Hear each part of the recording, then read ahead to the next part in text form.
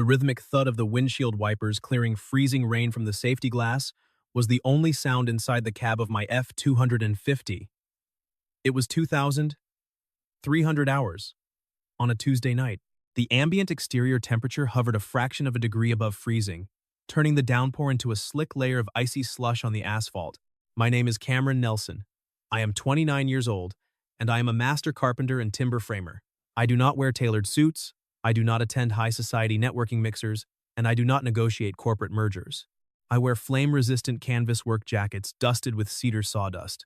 I measure shear strength, I calculate load-bearing physics, and I swing a 22-ounce framing hammer to ensure that wooden structures do not buckle and collapse under pressure. I am a functional component of the city's blue-collar labor force. I was currently gripping the steering wheel, navigating the poorly lit suburban roads because my younger sister, Clara, had called me 30 minutes prior in a state of frantic panic. Clara is a junior assistant event coordinator. Her 10-year-old sedan had just suffered a transmission failure on the outer loop of the highway, stranding her and her executive boss on the muddy shoulder after a grueling 14-hour site inspection. I checked my side mirrors, activated my turn signal, and pulled the truck onto the uneven gravel directly behind Clara's dead sedan. The hazard lights were flashing weakly in the downpour. I threw the truck into park, leaving the diesel engine idling to maintain the interior heat. Clara sprinted through the freezing rain, her boots splashing in the deep puddles. She yanked open the passenger door of my truck, scrambling up into the warm cab. She was soaked, shivering in a thin autumn jacket. "Cameron, you are a lifesaver," Clara gasped, wiping wet hair out of her eyes. "The tow truck dispatcher said it would be 3 hours. We are freezing out here." She didn't wait for my response. She turned back toward the open door, facing the dark sedan, and waved into the storm. A second woman emerged from the passenger side of the broken car and walked steadily through the driving rain. She did not sprint. She did not hunch her shoulders against the cold. Even in the miserable downpour, she moved with a measured, deliberate grace. She climbed up into the cab of the truck, taking the middle seat directly next to Clara, bringing the sharp scent of cold rain and faint vanilla into the enclosed space. Audrey Wright was 36 years old. She was the lead executive director for Vanguard Events, a firm specializing in high-profile charity galas. She wore a tailored black trench coat that was currently being ruined by the weather, and her dark hair was plastered against her pale cheeks. She looked profoundly exhausted, carrying an invisible weight that clearly had nothing to do with the mechanical failure of the car. "Mr. Nelson," Audrey said, her voice smooth but tight with the biting cold. "I apologize for the inconvenience this has caused you. Clara insisted you wouldn't mind coming out this far." "It is not an inconvenience," I replied plainly, my voice a rough gravel that lacked any social polish. I reached over to the center console and turned the analog heater dial to maximum output. "I have chains in the toolbox, but a dropped transmission requires a flatbed tow. Give me your residential address. I will drive you home safely." I safely merged the truck back onto the highway and dropped Clara off at her apartment complex first. She talked rapidly the entire way, filling the cab with nervous energy regarding the logistics of an upcoming charity gala. Audrey remained silent beside her, staring blankly out the rain-streaked passenger window, her posture rigidly controlled. After Clara thanked me and exited the vehicle, I pulled back onto the road. The silence in the cab became distinct and absolute. I am not a man who initiates effortless small talk to artificially fill quiet spaces. I kept my eyes focused on the slick asphalt, monitoring the braking distance of the vehicles ahead. 20 minutes later, navigating through a manicured suburb, I noticed the streetlights were entirely dark. Blocks of houses were plunged into blackness. "Localized grid failure," I observed aloud, tapping the brake pedal. The ice accumulation likely brought down a secondary distribution line. I pulled up to the quiet curb outside Audrey's gated townhouse complex. I depressed the brake pedal and shifted the column shifter into park. Audrey looked out the passenger window at her house. The exterior security lights were dead. She let out a sharp, sudden gasp. I shifted my gaze to follow her line of sight. The storm had caused a large branch from the ancient oak tree in her front yard to snap under the weight of the ice. The timber had crashed directly through her floor-to-ceiling front bay window. The structural envelope of her home was shattered. Shards of thick glass littered the concrete porch, and the freezing rain was pouring unhindered into her dark living room. "Oh my God," Audrey whispered, her voice trembling as she stared at the damage. I unbuckled my seatbelt. I reached behind my seat and grabbed my high-lumen tactical flashlight. "Stay in the cab until I verify the structural integrity of the ceiling joists," I instructed, my voice dropping into a flat, operational register. I stepped out into the freezing rain. I walked up the concrete path, my boots crunching over broken glass. I swept the bright beam of my flashlight over the damage. The branch had destroyed the primary window frame, but the heavy header beam above the glass had held the load. The roof was not going to collapse. However, the ambient temperature inside the house was rapidly equalizing with the storm outside. The hardwood floors were soaking in a puddle of icy water. Audrey did not listen to my command. She climbed out of the truck and walked up the path, wrapping her wet trench coat tighter around her shivering frame. She stood next to me, staring at the ruined interior of her home. The wind howled, blowing freezing rain through the gaping hole and onto her face. She bit her lip and said it was a bad idea. "Cameron, no. Please," she argued weakly, her teeth beginning to chatter. Her voice was thin and defensive, overwhelmed by the sudden chaos. "You've already driven 40 miles out of your way. I'll just call an emergency glass repair company. I'll wait in the kitchen. You need to go home. I don't want to be a burden on your schedule. It's a bad idea for you to stay out here in this weather." I stopped inspecting the shattered window frame. I turned slowly to face her. "I do not abandon people standing in freezing rain," I said. "I can't sleep like this." My voice was a low, steady rumble that cut through her panicked protests. "Leaving a biological system in a critical failure mode violates my baseline protocols. You cannot safely achieve restorative sleep in a freezing, wet environment. You will suffer hypothermia. I'm a master carpenter. Securing structural perimeters is my designated function. You are freezing. I'm going to fix it." I looked down at her hands, which were clutched tightly against the lapel of her coat in an attempt to retain body heat. Then I noticed the ring mark on her finger. The beam of my flashlight caught her left hand. It was a distinct, pale band on her fourth finger. The skin had not yet tanned to match the rest of her hand, leaving a stark white indentation.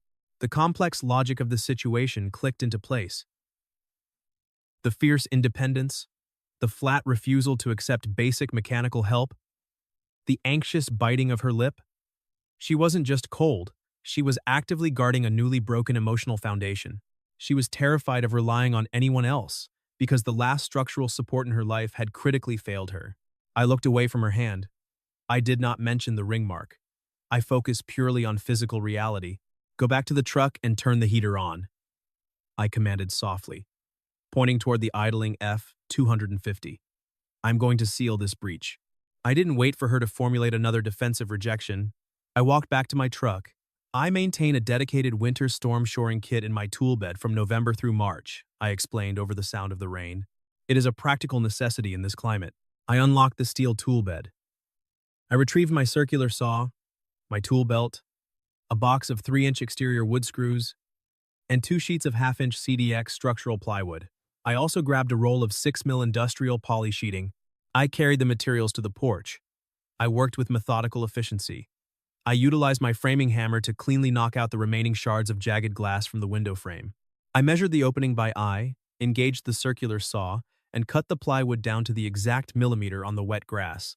I lifted the wood panels, pressed them firmly against the exterior window frame, and drove the screws directly into the solid wood studs using my impact driver. The mechanical rat-a-tat of the driver echoed sharply into the stormy night. Once the plywood was structurally secured, I unrolled the poly sheeting over the wood, overlapping the edges, and stapled it tightly to the exterior brick molding to create a flawless, waterproof vapor barrier. Within 45 minutes, the hole in her house was completely sealed.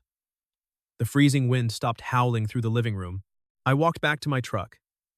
Audrey was sitting in the passenger seat, the heat blasting, watching me work through the windshield. I opened the driver's side door and reached behind the seat, pulling out a 1500-watt ceramic electric space heater and a thick yellow extension cord. "The structural envelope is temporarily secured," I announced, wiping the freezing rain from my eyes. "I am going to run this extension cord through the foam-sealed gap in the poly sheeting and plug it directly into my truck's 2000-watt inverter. It will raise the core ambient temperature of your living room. You will be warm." Audrey stared at me. She studied the wet canvas of my work jacket, the sawdust clinging to my sleeves, and the lack of expectation in my posture. "You just built a wall," she whispered, her dark eyes focused on my face, in the middle of an ice storm. For a stranger, I am exceptionally good at building walls, I promised, offering a faint shrug. And you are not a stranger. You are Clara's boss. Go inside, Audrey. Lock your deadbolt. Where are you going? She asked. I am going to sleep in the cab of my truck, I replied simply. The diesel engine will idle. The inverter will sustain the heater. I will monitor the voltage load from the cab to ensure it doesn't trip. I shut the truck door before she could argue. I watched her walk safely into her dry, warming house. I reclined the driver's seat, pulled my coat over my chest, and listened to the steady hum of the diesel engine. It was not a grand romantic gesture. It was simply the correct procedure. The next evening, Wednesday at 1,800 hours, the operational environment shifted dramatically. I arrived at the Grand Horizon Event Hall for a formal site survey. Clara had sent me the official vendor contract that morning. The building was a sprawling, aging architectural monolith from the 1920s.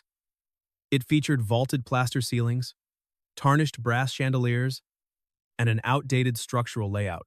The main ballroom was a chaotic hive of preliminary activity. Caterers were setting up prep tables, and lighting crews were pulling cables. I walked through the double doors, wearing my thick leather tool belt and a high-visibility work shirt. I carried a specialized laser level and a roll of blueprints. Audrey was standing near the center of the chaotic room, holding a digital tablet, directing a crew of florists with precise, calm commands. The exhaustion from the previous night was hidden beneath a sharp, professional armor. She looked entirely in command. She saw me enter the room and walked over immediately, her heels clicking against the hardwood floor. You're exactly on time, she noted, her tone purely professional, bypassing our quiet moment in the freezing storm.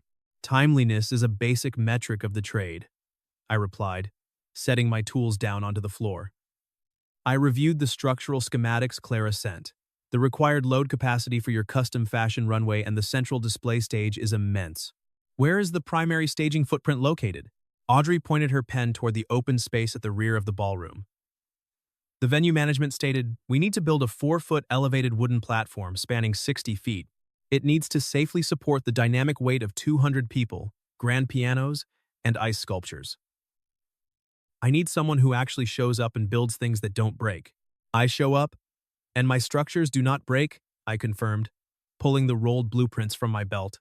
Before I could unroll the paper to begin my inspection, a man stepped out from behind the heavy velvet curtains near the exit. He wore an impeccably tailored charcoal suit. He moved with a slick, predatory confidence. Audrey stiffened instantly. Her spine snapped completely rigid. The color drained from her face.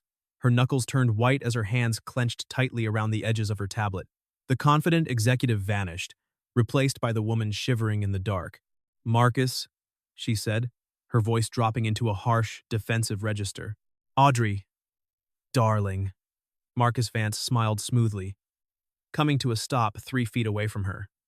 He ignored my presence, treating me like a piece of the venue's furniture. He reached out and slowly, intentionally traced his index finger along the top edge of her digital tablet, then tapped the screen, causing it to wake up. It was a calculated physical invasion of her workspace, designed to assert dominance. You shouldn't be here, Audrey stated, pulling the tablet back against her chest, holding her ground, though I could clearly see the tremor in her fingers. I bought the controlling financial interest in this building last month, Audrey, Vance corrected, a condescending edge bleeding into his tone. I am the owner. I can be wherever I please. I heard your primary staging vendor pulled out. That's a logistical failure on your part. It would be a tragedy if this charity gala fell apart and ruined your independent firm's reputation. He stepped a fraction of an inch closer, invading her personal space. You don't have to struggle out here on your own like this, Vance murmured, his voice adopting a sickeningly sweet, manipulative tone. Cancel the event. Break the contract. Come back to the firm. Come back to me. I can make all of this operational stress disappear. You just have to admit you need my resources. The pale ring mark on Audrey's left hand made complete sense. Vance was the ex-fiancé, and he was actively weaponizing his newly acquired ownership of the venue to force a professional failure, attempting to extort her back into a toxic relationship through logistical pressure. I do not involve myself in civilian emotional drama, but I do not tolerate predatory behavior in my operational zone, I stepped smoothly and decisively between Audrey and Vance. I did not shout. I did not puff out my chest. I utilized my physical size and my rigid canvas work clothes to establish an immediate, unyielding, physical boundary. "Excuse me," I said, my voice a flat, deadpan rumble that forced Vance to step back or physically collide with my chest. "I require clear, unobstructed access to the staging footprint to shoot my laser lines." Vance glared up at me, his arrogant smile vanishing. He looked at my worn tool belt, my framing hammer, and my dusty work boots with overt disdain. "Who the hell are you?" "I am the formally contracted master carpenter for this event," I replied, maintaining unwavering eye contact. I did not blink. "You are currently standing directly in my required path of travel." Vance's jaw tightened visibly. He looked past my shoulder at Audrey. "You're hiring random day laborers off the street now? This venue explicitly requires certified union professionals." "Audrey, if his staging work isn't fully compliant with strict municipal load-bearing codes, I will personally call the building inspector and shut this entire event down for safety violations. My state-issued contractor license number is stamped in visible lettering on the side of my truck outside," I stated quietly, refusing to engage in a posturing contest. "I will ensure the structural system is entirely compliant." Vance sneered, realizing he had lost the immediate physical intimidation angle in front of his ex-fiancée. He adjusted his expensive tie, turned sharply on his heel, and walked away, disappearing through the main exit doors into the lobby. The suffocating tension in the room slowly dissipated. Audrey let out a long, shuddering breath, pressing the heels of her hands against her eyes to stop the tears of pure frustration. "I'm sorry," she whispered, her voice fragile. "He bought this building specifically because he knew I had this gala booked here 6 months ago. He's trying to slowly squeeze my logistics until I break and go back to him." I looked at the empty floor space where the stage needed to be built. I looked at the exhaustion lining her face. "He thought you were unsupported," I analyzed plainly, stating the structural facts. "He misread the load-bearing capacity of the room." Audrey dropped her hands, looking at me with a faint, surprised expression. "You didn't ask me what happened. You didn't ask why we broke up or what he did. The historical data of your relationship is entirely irrelevant to the current mechanical task," I replied, pulling my tape measure from my belt. "He is an active hazard. I am here to build a stage. I will not let him near the construction zone while my team is operating." For the next 2 days, I essentially existed inside the venue. I worked a grueling 12-hour shift at my primary framing job in the city, then drove directly to the Grand Horizon Hall to work until 2 in the morning. I ordered quantities of heavy timber, 2x10s, sheets of 3/4-inch structural plywood, and steel lag bolts. I methodically constructed the elevated platform, meticulously calculating the shear strength of every joint, utilizing cross-bracing to eliminate any lateral sway. The sound of my circular saw and the rhythmic pounding of my framing hammer echoed constantly through the ballroom. Audrey was always there. She managed the frantic caterers, the demanding florists, and the anxious charity board members with a relentless efficiency. Despite the chaos, she always found time to bring me a hot black coffee or a cold bottle of water. She didn't ask me to engage in witty banter. We operated in a comfortable, functional, parallel silence, bound by the shared objective of ensuring the event did not fail. On Friday night at 2,300 hours, disaster struck. I was standing on the far side of the ballroom, packing my tools into my canvas bag. Audrey was standing directly on top of the newly finished wooden stage, reviewing a clipboard schedule with her lead sound engineer. Suddenly, a terrifying, loud sound echoed through the empty hall.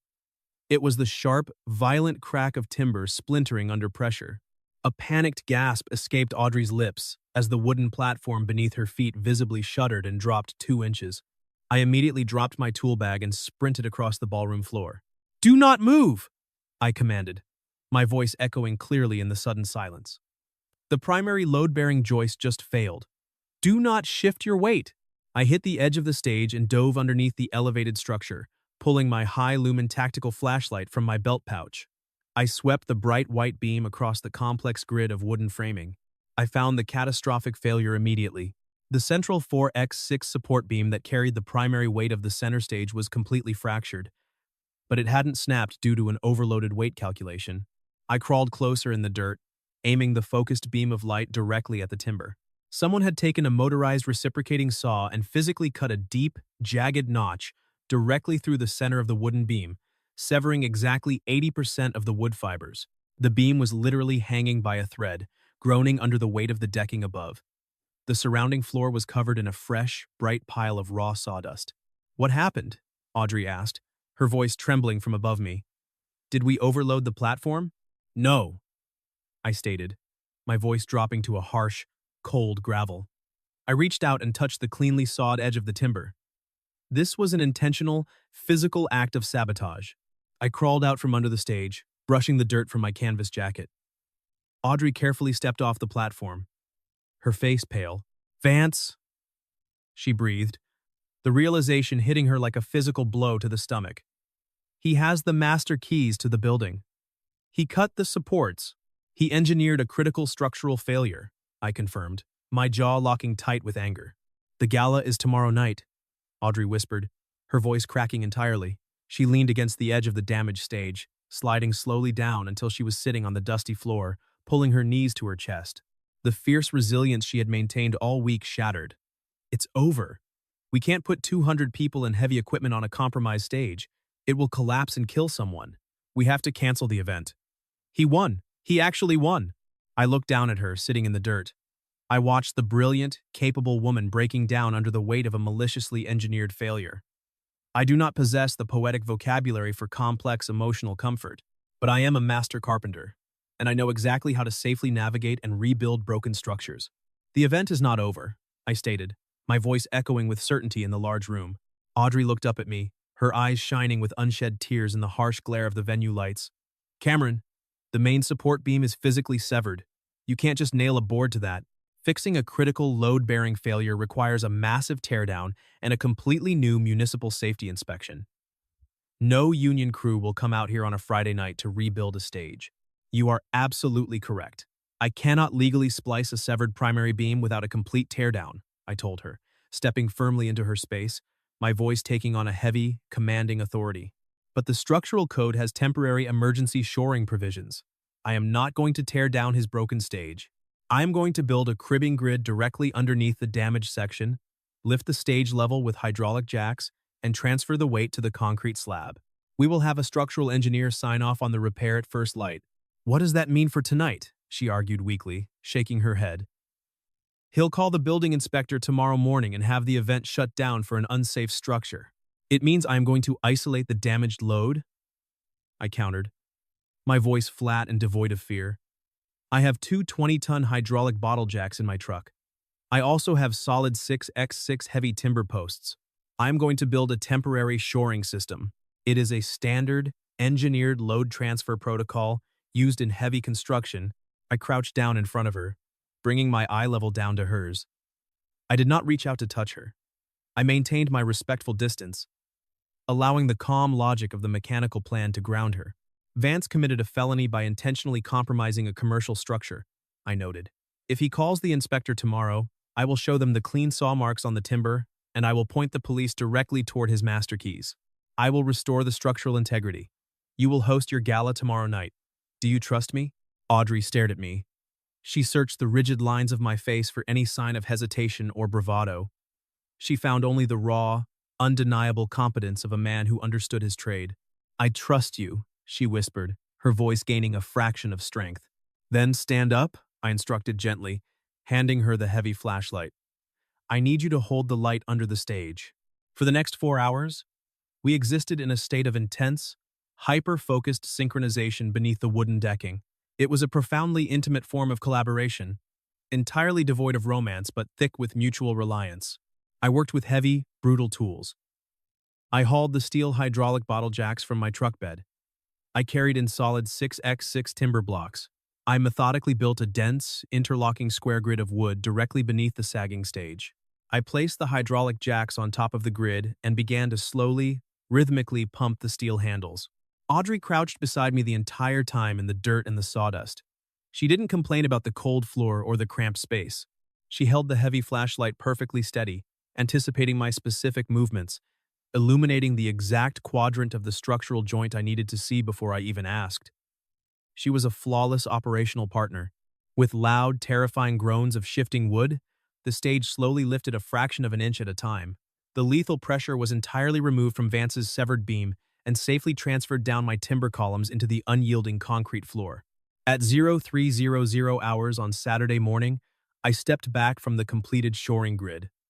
My arms and shoulders were aching from the sustained physical exertion of wrestling with timber and steel jacks. The structural transfer is complete, I announced, wiping the sweat and sawdust from my eyes. Are you sure? Audrey asked, her voice tense. I do not make assumptions with load-bearing physics, I replied. Clear the area. We crawled out from under the stage. I stood up, retrieved my specialized laser level from my bag, and positioned it on a tripod directly beneath the repaired joist. I projected a sharp, bright green beam perfectly parallel to the underside of the decking. Walk across the center of the stage, I instructed Audrey. She climbed the stairs and walked deliberately across the exact point of the previous failure. I watched the green laser line on my target grid. 0.0 millimeters of deflection, I read aloud, confirming the data. The load is entirely transferred. The structure is mechanically sound. The perimeter was secured. The stage was restored. Audrey walked slowly down the stairs toward me. She looked at the perfectly level stage, then looked at my tired face. The sheer, overwhelming relief radiating from her posture was profound. She didn't offer a polite, formal thank you. She closed the physical gap entirely, stepping directly into my guarded personal space. She reached up, wrapped her arms securely around my neck, and buried her face against my dirty, sawdust-covered canvas work jacket, holding on to me with fierce, desperate strength. My central nervous system short-circuited. I froze. My hands hovered awkwardly in the empty air. You fixed it, she murmured against my chest, her voice warm, the vibration transferring directly into my chest cavity. You didn't run away. You stayed and you fixed it. The complex logic of the situation clicked perfectly into place. She wasn't an unpredictable variable. She was a brilliant person who simply needed a solid foundation. I lowered my arms. I wrapped them carefully around her waist, pulling her gently against me, resting my chin on the top of her head. The physical contact felt deeply, fundamentally sound. The foundation is secure, I whispered, my voice rough. Saturday night, 2,000 hours. The charity gala was a massive, undeniable success. The Grand Horizon Hall looked spectacular. 500 wealthy donors filled the room. The custom stage I had meticulously shored functioned flawlessly under the dynamic weight of the band and the heavy equipment. The daylight engineer had signed off on the temporary shoring without hesitation. I did not wear my work clothes. Clara had aggressively insisted I attend the event. I wore a simple, dark suit I had purchased years ago. I stood near the rear exit doors, holding a glass of sparkling water, gripping the thin glass tightly to ground myself. I quietly observed the room, specifically watching the load capacity of the stage. Vance was not present. I had sent him a highly detailed photograph of the severed support beam, the fresh sawdust, and the distinct, motorized saw marks, accompanied by a simple text message. The municipal building inspector and the police will receive this image if you breach this perimeter tonight. He did not show up. At 2,200 hours, the formal speeches concluded. The crowd began to migrate toward the dance floor. Audrey broke away from a group of major donors and walked directly toward me. She wore a stunning, deep crimson evening gown. She looked radiant, powerful, and entirely out of my league. You're standing by the exit, she noted, stopping exactly 2 feet away, her eyes shining with triumph. I am observing the structural load capacity, I noted smoothly, gesturing slightly toward the stage. It is holding absolutely steady. The event raised $2 million, she said, her voice dropping the performative, public tone she had been using with the guests. It's the most successful gala in the firm's history. The required parameters were met, I confirmed. She turned to face me, her back to the crowded room. She looked up into my face, her dark eyes studying the rough lines of my jaw. The polished event director persona fractured slightly, revealing the intense exhaustion she had been actively suppressing all night. She stepped a fraction of an inch closer. The physical proximity was overwhelming. I looked down at her hand resting near her side. The pale ring mark on her finger was still faintly visible, but she wasn't hiding it in her coat pocket anymore. I took a slow breath, loosening my tight grip on the water glass. I don't know how to navigate this environment, Audrey, I admitted. my voice a rough, quiet rumble in the loud room, finally stripping away the stoic armor I wore to survive. I am a carpenter. I am profoundly out of my element here. I prefer men who are out of their element, she promised, reaching up and lightly, intentionally touching the lapel of my cheap suit jacket. It was a microscopic touch, but it sent a distinct, heavy shock through my system. And I have an invitation I can't explain. What invitation? I asked, my heart hammering a rapid rhythm against my ribs. To stay and help me close down the venue after everyone leaves, she whispered, her eyes locked fiercely onto mine. Just us. I looked at the fierce intelligence and the undeniable strength that defined her. I realized I didn't need to be perfectly smooth or wealthy. I just needed to be exactly who I was. I am exceptionally good at shutting systems down safely, I replied, leaning closer. Good, she breathed, her hand sliding slowly from my lapel to rest lightly against my chest. Then, start with me. Don't leave yet. The end.